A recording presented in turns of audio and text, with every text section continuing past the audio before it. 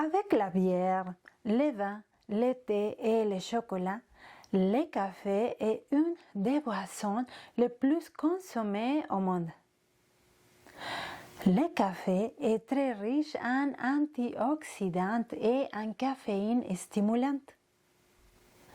Le café favorise le transit intestinal, mais aussi le café provoque l'insomnie, l'agitation, le mal à la tête et le reflux gastrique.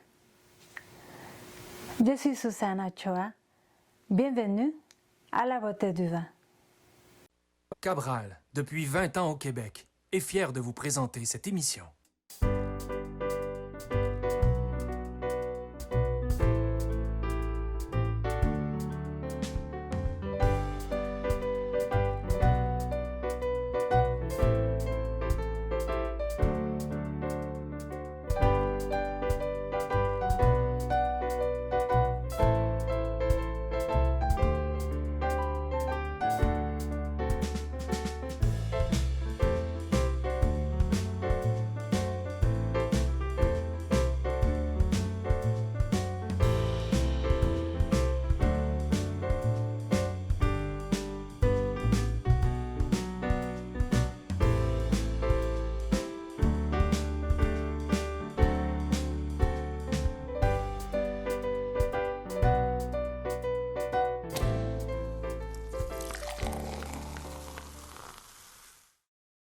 Le mot café est apparu dans la langue française vers 1610.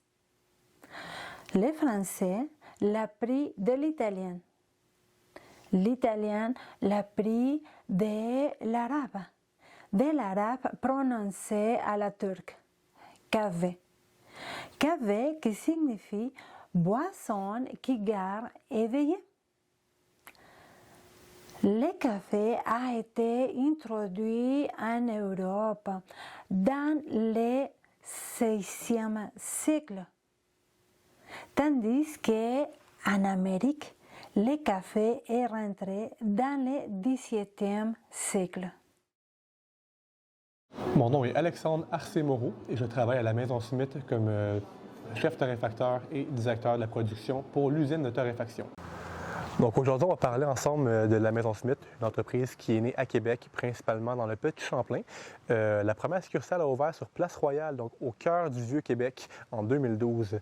Quelques années plus tard, on est rendu maintenant avec 7 succursales à travers la ville de Québec, dont 3 dans le Vieux-Québec, une à Limoilou, une à l'île d'Orléans, l'autre à Belvédère et la 7e et la dernière sur la rue Saint-Louis dans le quartier de Sillery de Québec. Donc, l'entreprise se spécialise aujourd'hui dans la vente de café à la tasse, mais aussi dans la production du café, donc la transformation de la matière première dans notre usine de torréfaction. Alors, ma passion pour le café a commencé, ça fait maintenant plus de 7 ans, pendant un voyage dans l'Ouest canadien, à Calgary. Donc, j'étais entré pour la première fois dans un petit café qui n'était pas très connu à l'époque. Et j'ai goûté pour la première fois un café de spécialité, donc un cappuccino torréfié avec des grains de grande qualité. Et à ce moment-là, j'ai compris que l'expérience café que je connaissais n'avait rien à voir avec ce que le café pouvait réellement nous apporter. Donc pour moi, c'était indéniable qu'à mon retour au Québec, j'allais commencer à m'intéresser davantage à la matière première et aux produits. Et de fil en aiguille, en commençant mes études à l'université, j'ai eu la chance de pouvoir démarrer le département de torréfaction pour la Maison Smith sans même connaître le travail ou sans connaître la torréfaction du tout. Je me suis lancé dans le projet sans me poser de questions puis en me disant que j'allais apprendre tout sur le tas. Donc, Jérôme Turgeon, le propriétaire, m'a accompagné dans tout le développement et la croissance et l'organisation, en fait, du côté entrepreneurial, donc le côté business financier. Et moi, mon travail, c'était de pouvoir monter, de créer toute la gamme de café. Et au fil du temps, j'ai été apporté à voyager dans des pays étrangers pour aller rencontrer les producteurs et à me familiariser avec la matière première. Puis pour moi, ça a été un coup de cœur automatique. Le café est la boisson la plus populaire du monde. Le café est cultivé dans plus de 100 pays au monde. C'est le Brésil ainsi que la Colombie, les deux plus grands producteurs de café.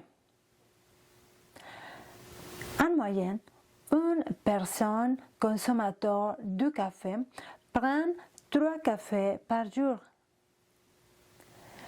Le café contient une caféine très stimulante qui va stimuler la vigilance, qui va atténuer la fatigue et qui va optimiser la concentration. C'est pour ça que le café dans le matin est très important pour plusieurs personnes pour se réveiller, comme moi par exemple.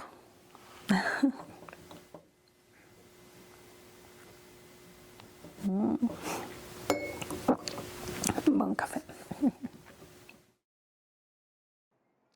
Donc, la Maison Smith Torréfaction offre une gamme de café qui est quand même assez variée, c'est-à-dire qu'on va retrouver des profils de cuisson à torréfaction foncée qui se prêtent très très bien en espresso, tels que le 1653, qui est notre mélange classique traditionnel utilisé dans nos succursales pour la vente d'espresso à la tasse. On a aussi des produits qui sont plus adaptés pour une clientèle qui désire avoir une expérience un peu plus funky. Donc, on prend l'exemple du café naturel, qui est un café qui est très, très fruité à la base, très goûteux, et que nous avons aussi été chercher directement en Colombie lors de nos voyages d'affaires annuels qui servent à aller rencontrer les producteurs et à acheter différents lots. Notre gamme de produits est aussi composée du fameux café Tour de l'Île qui sert de café filtre velouté et qui est aussi disponible dans toutes nos succursales, ainsi que le Charles Smith, notre café filtre corsé qui rend hommage au personnage Charles Smith, un commerçant anglophone qui a habité dans notre première succursale du Vieux-Québec sur Place Royale. Donc, c'est ici que tout a commencé en termes de torréfaction. Donc, à la succursale même de l'île d'Orléans, qu'on a commencé à cuire nos premiers grains de café. Au tout départ, on n'avait pratiquement pas de recettes et maintenant, en l'espace de 4 ans, on est rendu vraiment avec une gamme de plus que 12 produits disponibles en succursale, dont notre dernière recette, un café du Mexique que nous avons été nous-mêmes chercher avec le producteur. Donc, c'est une entente qu'on a eue avec un travailleur d'une ferme de l'île d'Orléans qui a réussi à acheter une ferme de café dans son pays, au Mexique, à Veracruz, et qui aujourd'hui a réussi à exporter sa première cargaison de café au Canada pour la Maison Smith.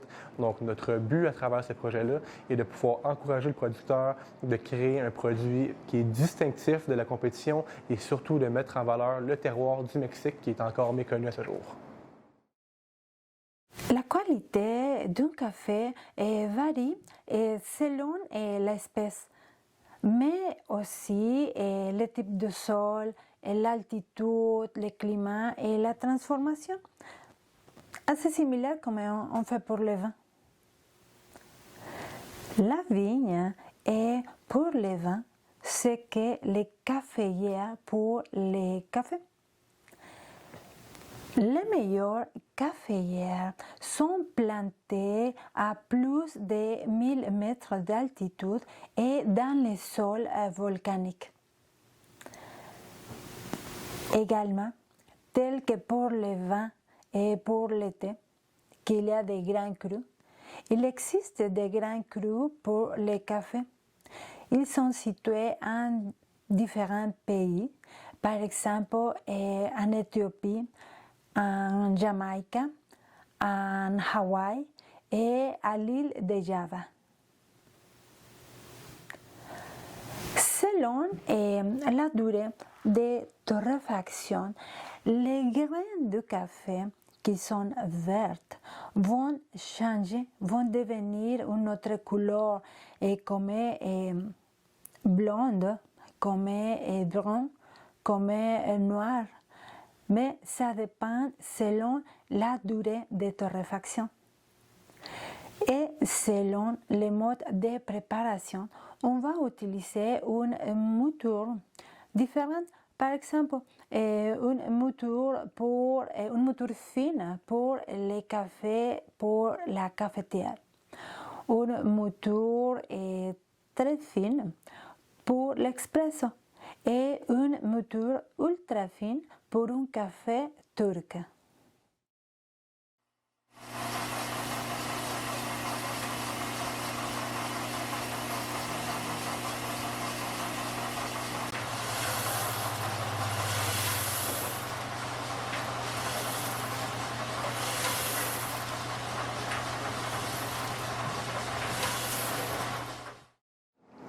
Donc, la torréfaction est un processus de cuisson du café qui se passe à l'aide d'un torréfacteur, donc un appareil comme que vous voyez présentement ici. Le café vert, la matière première, va être apporté dans le récipient et une fois que le torréfacteur va être assez chaud, on va venir introduire le grain, la matière première dans le torréfacteur qui va commencer à cuire de façon circulaire. Donc imaginez-vous un gros cylindre avec des valves qui tournent en rond, ce qui permet au café de pouvoir bouger pendant la cuisson et de pouvoir être cuit de façon homogène. Donc principalement, c'est un processus qui se crée à l'aide d'une température de cuisson, donc une charge de cuisson à une température X et qui va évoluer en fonction du temps, dépendamment des paramètres qu'on va venir ajouter sur l'appareil. Donc, c'est un processus qui est quand même technique, qui demande beaucoup de connaissances de la matière première et beaucoup de connaissances de l'ingénierie de la machine. De notre côté, ici, on a commencé avec un petit café torréfacteur de marque Tupper, 5 kg. Donc, on pouvait cuire 5 kg par cuisson et grosso modo, là, on pouvait cuire environ peut-être 2-3 cuissons à l'heure maximum. Donc, on peut s'imaginer que le torréfacteur a vraiment roulé longtemps et qui nous a rendu des loyaux services depuis les dernières années. Il existe deux espèces cultivées à grande échelle, la Coffea arabica et la Coffea robusta. La Coffea arabica nous offre des graines de café avec un saveur beaucoup plus prononcé et riche et plus faible en caféine. Également, la Coffea arabica est moins productive et beaucoup moins résistante aux maladies, beaucoup moins résistante aux insectes et beaucoup moins résistante aux variations climatiques. Et malgré ça, les 75% de production du café à niveau mondial est grâce au Coffea arabica. Les Coffea robusta nous offrent des graines et des cafés qui seront surtout utilisés pour la production de café soluble. La Coffea robusta est la responsable de donner la belle crème dans les cafés expresso. Vous savez, non, dans les cafés expresso, une belle crème, un beau mousse, le mousse doré, que c'est ce mousse qui nous parle de la bonne qualité du café. Donc, le café, en fait, au tout départ, va être produit dans les pays producteurs, logiquement. Donc, au moment de la récolte, il va y avoir des cueilleurs qui vont venir récupérer la cerise de café, généralement de façon manuelle, donc à la main. Une fois que le café va être récupéré, on va venir le dépulper et passer au processus vraiment de transformation de la matière première à même la ferme. Donc, on va venir séparer les grains de café de l'enveloppe, donc de la chair qui l'entoure. Et par la suite, le café va être séché au soleil et vendu à des coopératives qui, eux, vont revendre le café à des courtiers sur la chaîne, sur la scène mondiale. Et puis, les courtiers, eux autres, vont finalement vendre le café au torréfacteur qui, lui, va commencer à penser à tout le processus de cuisson et qui va élaborer les recettes. Et une fois que le café est cuit, on va devoir le faire dégazer pendant environ 24 à 48 heures pour finalement pouvoir être consommé à la tasse et déguster à la maison. Donc, le café est un produit que l'on peut venir créer des assemblages avec, c'est-à-dire qu'on peut venir prendre un café, par exemple, du Costa Rica, le mélanger avec un café d'Éthiopie pour créer un profil aromatique qui est différent, qui est plus complexe. C'est quelque chose qu'on retrouve souvent dans l'industrie. La raison pour laquelle est-ce qu'on fait ça, c'est qu'on est capable d'apporter un café qui va avoir un goût très, très particulier en s'assurant que le café soit assez costaud en bouche pour pouvoir, par exemple, être consommé en espresso et en latte. Donc, si on prend l'exemple de notre fameux café traditionnel, le 1653, qui est un café qui vient du Costa Rica, du Salvador et de l'Indonésie. C'est un café qui offre des arômes de noisettes, de caramel, de chocolat noir et qui offre un corps très présent en bouche, donc un côté amer assez développé pour que lorsqu'on vienne ajouter du lait dans le café, qu'on puisse conserver le goût du café et qu'on ne vienne pas dénaturer sa saveur en ajoutant beaucoup de lait.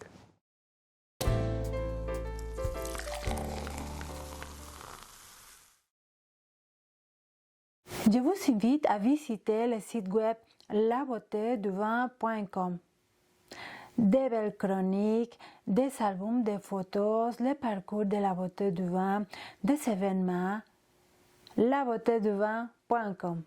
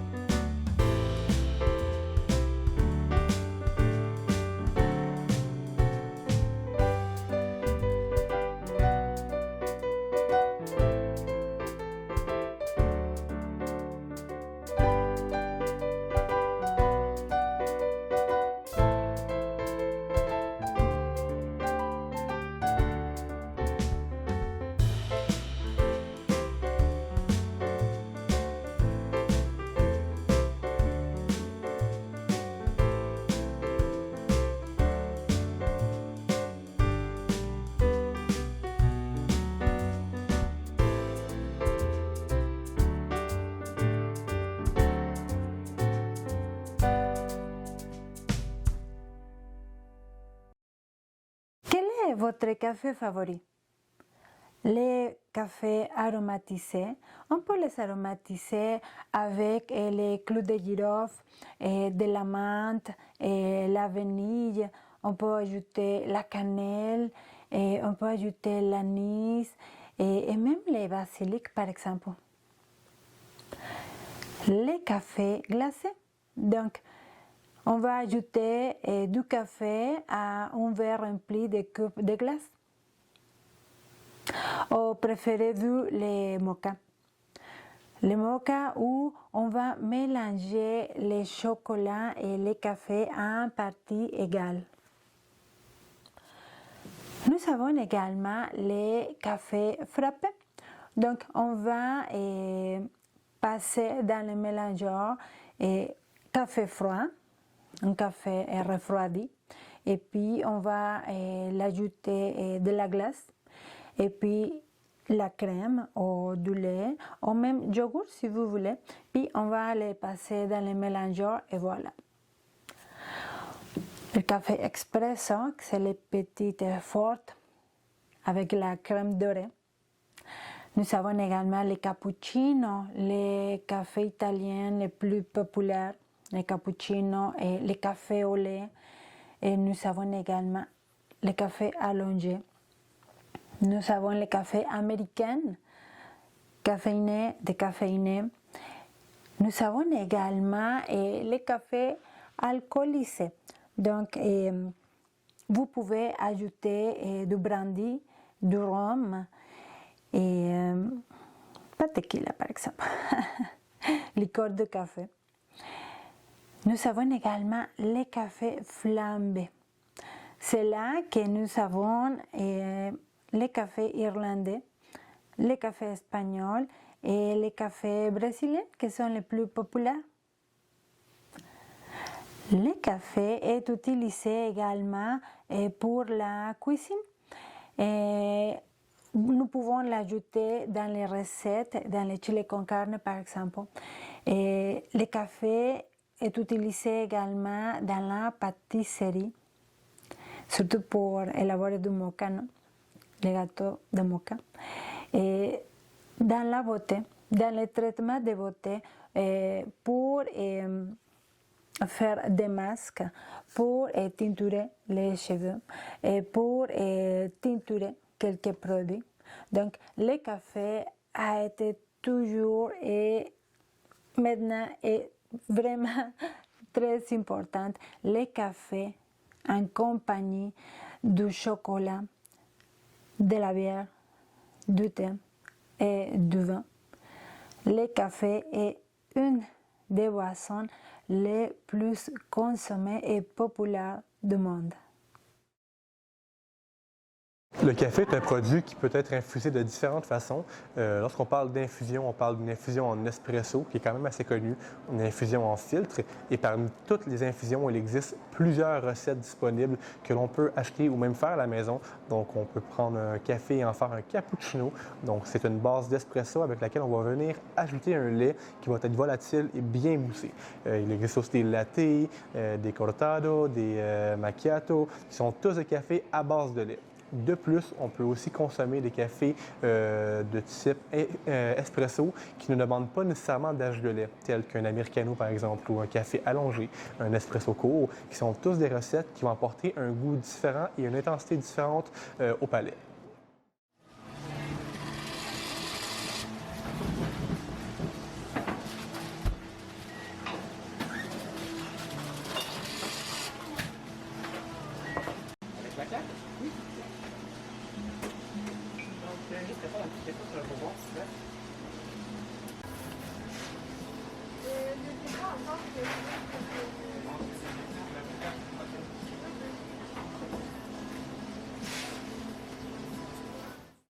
Si après votre souper, vous aimeriez prendre un café, je vous propose d'ajouter des liqueurs de café ou des boissons à la crème ou une boisson qui donne à votre café un peu plus de corps. Par exemple, ici j'ai avec moi Barista. Barista, que c'est une liqueur de café que vous pouvez prendre soit en shooter ou soit en cocktail ou sur glace ou avec du lait ou vraiment directement dans le café. Le Barista est un produit de Québec, est un produit élaboré avec un café qui s'appelle Kona et infusé avec du rhum ambré et une soupçon de chocolat noir. Barista va donner un peu plus de corps à votre café. Si vous aimez les boissons à la crème, comme moi, vous pouvez ajouter la marula. La marula, que c'est une liqueur de 17% d'alcool qui vient de l'Afrique du Sud et qui est élaborée avec les fruits de la marula. Un fruit très aimé dans l'Afrique du Sud et ça va donner à votre café une sensation plus veloutée, plus crémeux en bouche et plus onctueux. Moi j'aime beaucoup la marula. Également, et vous pouvez ajouter des autres boissons, non? Des boissons de liqueurs et des cafés que vous pouvez trouver à la succursale d'alcool et les Baileys. Les Baileys également, que c'est une autre crème, une autre boisson à la crème qui va donner et aromatiser votre café. Ça sera vraiment super avec votre café, soit une crème pour le faire plus velouté, ou soit comme les baristes, les liqueurs de café pour donner un peu plus de corps à votre café, et les kahlua également, vous pouvez l'ajouter. Alors, le café est en effet quelque chose qui peut être mixé en fait et dégusté avec certains produits, généralement des produits à base de farine et de sucre, sans pouvoir nécessairement expliquer pourquoi. Je pense que c'est vraiment plus une question d'expérience en bouche. J'ai remarqué qu'il y a un équilibre parfait qui va venir se créer à ce moment-là. La fois, je pense que ça m'a plus sauté aux yeux, c'était pendant une dégustation de café et on s'était fait servir des espèces de biscuits traditionnel, mais qui avait vraiment une farine de qualité. Puis d'avoir goûté les deux ensemble, il y a comme un goût spécial qui va se créer, un agencement qui est juste particulier puis qui est honnêtement délicieux, qu'on ne retrouve pas nécessairement, que j'ai jamais été capable de retrouver ailleurs en agençant différents mets. L'entreprise à Maison Smith est aujourd'hui spécialisée dans diverses activités, dont la vente de café à la tasse, dont à travers nos succursales, dans la vente de mets préparés aussi, et dans la production du café, donc la transformation et la torréfaction de la matière première. Donc, mon rôle dans l'entreprise est principalement de créer la gamme de produits Smith et de créer les recettes, donc les assemblages de café qui vont finalement être vendus en sacs de café et qui vont servir aussi à approvisionner les 7 succursales que l'on possède. Merci beaucoup pour cette émission. À la semaine prochaine. Cabral, depuis 20 ans au Québec, est fier de vous présenter cette émission.